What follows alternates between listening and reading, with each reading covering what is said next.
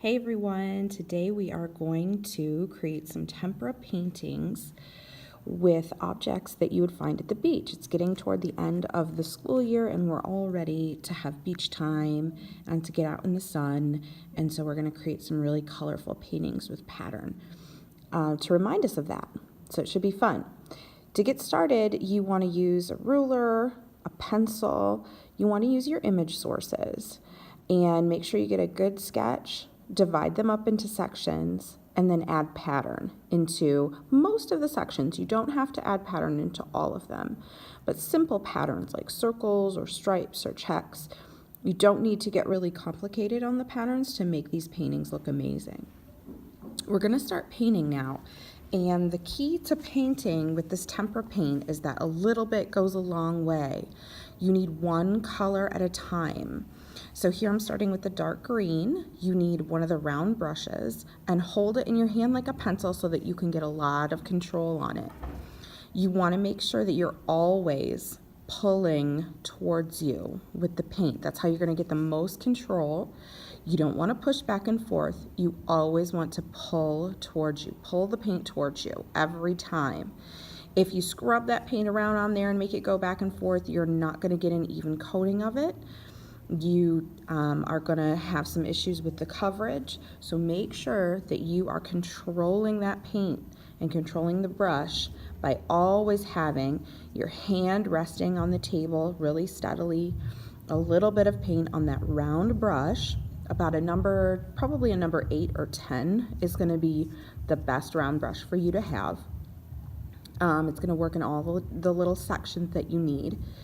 And you're going to start with the outline of the section first. I want you to paint along the edge, and you can see that you can lift up the tip of your brush and really get close, careful work in those corners.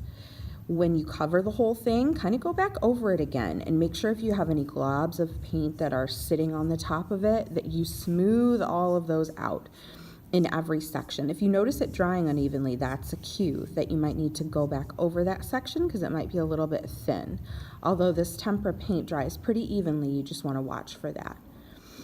And again, look at the detail that you can get with pulling your brush towards you. Look how close and even you can get up to that edge. I really want you guys to work on that technique. You can take the little tip of the brush and get little points in there. You don't have to even worry about hardly getting the table dirty. You should not be getting the table dirty with a lot of paint. So here we are, we're working with one color at a time. So you're going to go around your whole painting and you're going to add that one color to all the sections in the painting that you want it in. Then go on to the second color and then the third, and you will kind of hop around the page. You want to have a good composition with your color. You don't want two colors sitting next to each other. You kind of want maybe 3 or 4 sections of each color. Some can be in a full section and some can be in a pattern, but you want to really be thoughtful and organized. We're going to use both warm and cool colors because we're kind of wanting to make everything really bright and beachy. So go through with each color, one color at a time, making sure that you're covering it and going up to the edges as closely as you can until you get the whole painting filled with color. And it should look pretty good, but I think just to make it that much better, we're going to add an outline. So you're going to grab a Sharpie or a permanent marker of some kind, and you are going to go around freehand around the round edges, or the organic lines, the curved lines. You can do those freehand. If you really want to trace your circular object again, that's okay. It's a good habit to get into if you feel like you really need that crutch and you need to have that circle object. If you feel like you can just trace them freehand, that's okay too. But for the straight lines, you are going to want to get a clear ruler. So grab that clear ruler and make sure you're kind of offsetting it a little bit so you can see exactly where that line is going.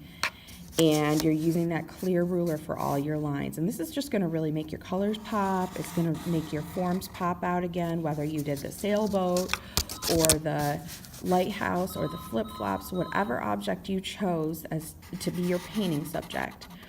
This is the point where it's all going to kind of come together and you're going to be able to see the object in all of the painting sections.